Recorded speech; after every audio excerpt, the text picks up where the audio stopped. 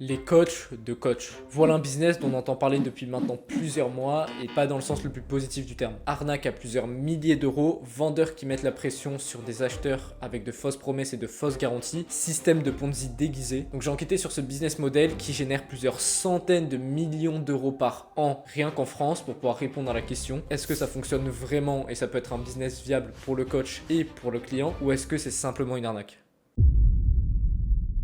Le high ticket, c'est ce sur quoi repose l'entièreté de ce business model. Là où la plupart des formations disponibles sur internet pour vous apprendre à faire tout un tas de choses, allant de la cuisine, à lancer votre business, à la pratique d'un sport, elles coûtent entre 50 euros pour les moins chères à 1000 euros pour les plus onéreuses. Le business model du high ticket, il explose complètement les compteurs avec des formations à 2, 3000, voire même 5000 euros. Et je viens de faire une erreur dans ce que je viens de dire et c'est un seul mot qui fait vraiment toute la différence, c'est que c'est pas juste une formation, c'est un accompagnement. C'est-à-dire que le client est censé ne pas être lâché dans la nature avec des centaines de vidéos de formation sans savoir où commencer. Il est censé être, comme le nom l'indique, accompagné tout au long de ce processus d'apprentissage. Ça dépend vraiment du type de suivi, mais ça peut très bien aller du simple appel de groupe une fois par semaine à l'accompagnement 7 jours sur 7 par message avec plusieurs appels dans la semaine. Mais j'insiste bien sur le censé être suivi parce que tu t'en doutes, sur le marché, beaucoup essayent de vendre une formation sous couvert de coaching pour faire payer ça 2 voire 3 fois plus cher. Parce qu'en soi, il n'y a pas un nombre minimal de contacts à avoir avec le client pour appeler ça un coaching et c'est là qu'il y a des dérives. Je vais ici parler spécifiquement des coachings dits make money, c'est-à-dire qui sont censés vous apprendre à gagner de l'argent parce que c'est avec ce genre de coaching que les prix peuvent facilement monter à 5000 euros. La stratégie des infopreneurs les plus connus du grand public, type Antoine Blanco, c'est donc de cibler des consommateurs et de leur apprendre à générer des revenus avec une activité de coaching en ligne. Bon, aujourd'hui il appelle ça gross operating, il y a quelques variantes, mais sa cible elle reste la même. Et donc c'est là qu'on arrive au fameux coach de coach de coach avec toutes les dérives qui en suivent.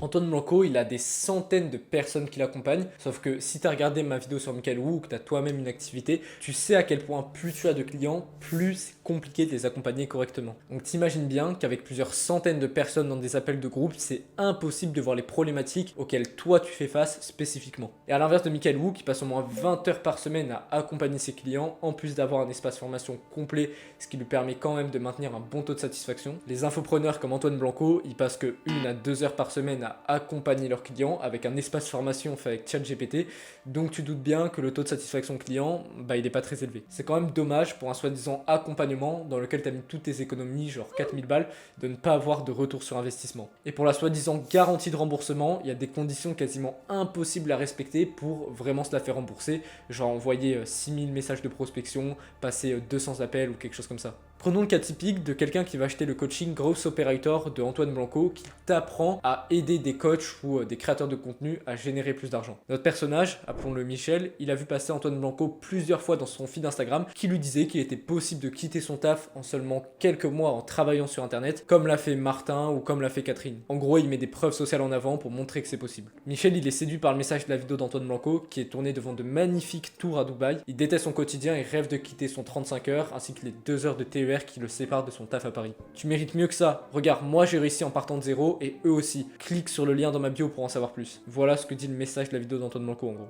Et donc, qu'est-ce qu'il fait Michel à ce moment-là? Eh ben, il clique pas. Il est sceptique et il se dit si c'était aussi simple, tout le monde le ferait. Mais 2 jours plus tard, il retombe sur une vidéo d'Antoine Blanco qui lui dit que 2026, c'est la dernière année pour se lancer dans un business en ligne. Michel, il voit ça à sa pause déj, il déteste son taf et il rêve de quitter le ciel gris de Paris. Donc cette fois, il clique. Un membre de l'équipe d'Antoine lui envoie alors un message, ce qu'on appelle le setting, et de fil en aiguille, en lui faisant miroiter l'opportunité d'un coaching gratuit, il se met à réserver un appel avec l'équipe d'Antoine Blanco. Sauf que c'est pas un coaching gratuit, c'est un appel de vente déguisé avec ce qu'on appelle un closer. Michel, il arrive donc sur l'appel, il rentre dans le jeu, il se souvient que ça devait juste être un appel de coaching, mais peu importe. On lui pose des questions, donc il répond. À la fin de l'appel, le closer lui annonce le prix. Michel, il sort des objections, il n'avait pas prévu de débourser le moindre euro, mais le closer lui met la pression, il lui rappelle à quel point sa situation actuelle est douloureuse et qu'une occasion comme ça ne se représentera pas. En gros, c'est maintenant ou jamais. Michel tremble, il paye 4000 euros, quasi toute son épargne, et il signe le contrat. Ça y est, il l'a fait. Mais qu'est-ce qu'il a fait? Il n'y a toujours pas d'argent qui rentre sur le compte, toujours pas de voiture de luxe. Michel, il découvre alors qu'il faut travailler, sauf que lui, il a déjà un taf, donc il a que 1 heure à consacrer chaque jour. Malgré le peu de temps qu'il a, il essaye de prospecter, de passer des appels, de créer du contenu, mais toujours rien. Que des objections sur le peu d'appels de vente qu'il a et aucune vue sur les vidéos qu'il publie. Il essaye, mais toujours rien. Il se sent lâché dans la nature, puis il comprend. Il se souvient qu'il y avait une garantie, donc il essaye de se faire rembourser, et c'est là qu'il voit les conditions de remboursement, il abandonne. Retour à la réalité, métro, boulot, dodo. Michel, il a essayé, mais il se dit que tout ça, c'est que de l'arnaque. Il a perdu 4 000 euros. Voilà ce qui arrive à la plupart des gens qui investissent chez Antoine Blanco. On leur fait miroiter des résultats de rêve, deviens ton propre patron, obtiens ta liberté digitale en travaillant 1 heure par jour sans compétences. Spoiler, non. Un business, ça demande énormément de temps, d'énergie, de patience, surtout au début. Et surtout, ça demande d'être compétent, donc d'être bien formé, ce qui n'est absolument pas le cas ici. Et tous ces coachs de coach, coachés à la va-vite par un coach, envahissent le marché et donnent une mauvaise réputation à une activité qui est comme une autre. Pire, s'ils arrivent à avoir ne serait-ce qu'un seul client, il sera très insatisfait du niveau de compétence de son coach, ce qui donnera une encore pire réputation à ce business model. Un client satisfait, c'est 2 recommandations. Un client non satisfait, c'est 10 non-recommandations, 10 à fuir et 10 nouvelles personnes qui ont une mauvaise opinion de ce business-là. Sauf que ça fait du tort à des gens qui font vraiment du bon travail, qui sont compétents et qui font du mieux possible pour satisfaire leurs clients. J'ai moi-même une activité de coaching dans laquelle j'aide des coachs et ça ne veut pas pour autant dire que j'arnaque mes clients. Je suis présent 7 jours sur 7 pour eux, ils sont satisfaits, ils ont des résultats, mais ça se fait pas en 1 heure de travail par jour. C'est beaucoup plus de travail que ça. En commençant dans mon activité, je me suis moi-même fait former par quelqu'un qui s'était lui-même fait former par quelqu'un d'autre. Et c'est là qu'on arrive à un autre point qui pose problème dans les business de coaching, c'est la réputation de système de Ponzi. Mais est-ce que c'est vrai?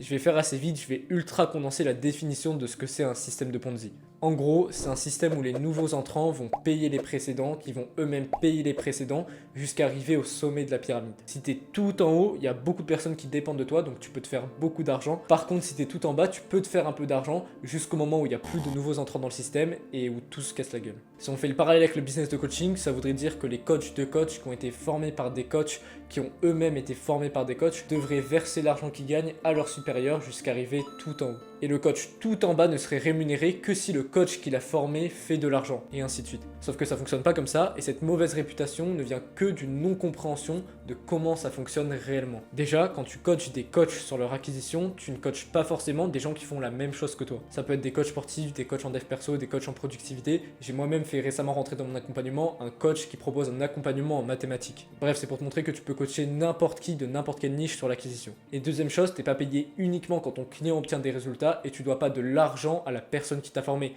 à moins que tu doives rembourser une prestation par exemple. Mais en soi, c'est comme si tu avais fait un emprunt et quand tu l'auras remboursé, l'argent te reviendra à toi parce que c'est ton entreprise. Ton client te paye puis tu délivres la prestation.